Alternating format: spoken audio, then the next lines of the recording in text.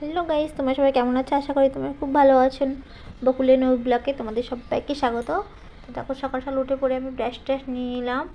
ও কালকে রাত্রেবেলায় তো খুব ঝড় বৃষ্টি হয়েছে, কারেন্ট টাইম ছিল না, খুব গরম। আর দেখো, ঘর বাড়ি সব এলোবেলি হয়ে আছে, তো সব গোছাতে হবে। তো দেখো বন্ধুরা, ঝড় বৃষ্টি এত হচ্ছে না, সে তোমার কী বলবো। তো চলো, মুখ ধুয়ে দেখা হচ্ছে পারে। তো দেখো, মুখ টুক ধুয়ে চলে এলাম ঘরে কাজ করতে, ঘর গোছাতে হবে। আর কালকে তো ঝড় বৃষ্টি হয়েছে, এলোবেলি হয়ে চারিদিকে সব।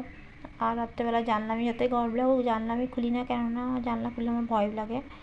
কাছে জানলা আশেপাশে সব বাগান টাগান, এই জন্য আমি ভয় পাই। এর জন্য দেখো, এই চাদরটা কালকে আমি গায়ে দিয়েছিলাম, এত গরমের মধ্যেও আমার ঠান্ডা লেগেছে ভোরবেলার দিকে। তো এই চাদরটা আমি গায়ে দিয়েছি, এটা ভাঁজ করে নিই। তো দেখো বন্ধুরা, তোমাদেরকে যদি ঝড় বৃষ্টি হয়ে থাকে কোথায় কোন জায়গা থেকে আমাকে কমেন্টে বলবে, ঠিক আছে? তো দেখো, আমি বক বক করেই যাচ্ছি, ঘরবাড়ি এলোমেলো হয়ে আছে বলে।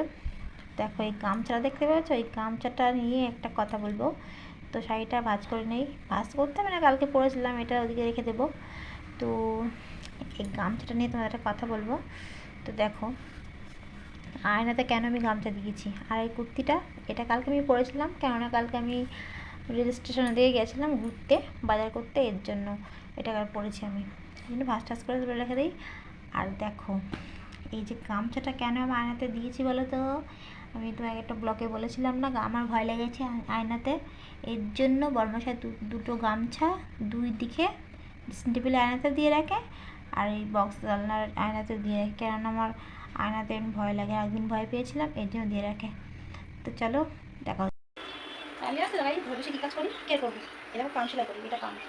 দেখো কত সুন্দর, এই যে সুতোগুলো দেখছো, এই যে সেলাইগুলো, এগুলো আমি নিজে হাতে করি। এই যে পাতাগুলো, এগুলো উল দিয়ে করতে হয়, চেরা উল বলে এগুলো।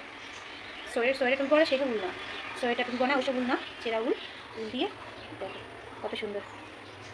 আর একটা তৈরি করা আছে, তোমাদেরকে দেখাচ্ছি। ওটা এখন তৈরি হয়নি, কিন্তু এটা তৈরি হয়ে গেছে। দেখো, এটা ওর না, কাছ থেকে দেখাই, দেখো কত সুন্দর, কত সুন্দর। এই ওনাকে একটা দাম জানো কত? 2000-2500 টাকা দাম একটা ওনা। এগুলো থেকে পড়ে না অবশ্য, ওদের বাড়ি থেকে লোকেরা পড়ে, এদিকে লোকেরা পড়ে না। দিল্লি, বোম্বে, গুজরাট, নানান দিকে চলে যায় সব ওনাগুলো। এগুলো আমি সেলাই করি। কী করবো, ভাবতে বলছিলাম থেকে সবাই করে, আমি প্রথম পারতাম না, ওদেরকে দেখেই শিখেছি। তো সবাই করে বলে আমিও করি। কী করবো, ভাবতে থেকে তারপর থেকে না কোনো একদম কাটে না। এই দেখো, এই উলগুলো দিয়ে করি, ঠিক আছে? ফুলগুলো দেখো, এই চেরাগুলো এইগুলো দিয়ে করি। এইগুলো সোয়েটারও হবে না, টুপি হবে না, মোজা হবে, কিচ্ছু হবে না, ওটা ওদের সেগুলোই হবে। কি সুন্দর। দেখো, আমার হয়ে গেল ঘর গোছানো, তো আমি চলে এসেছি বাসন মাজতে।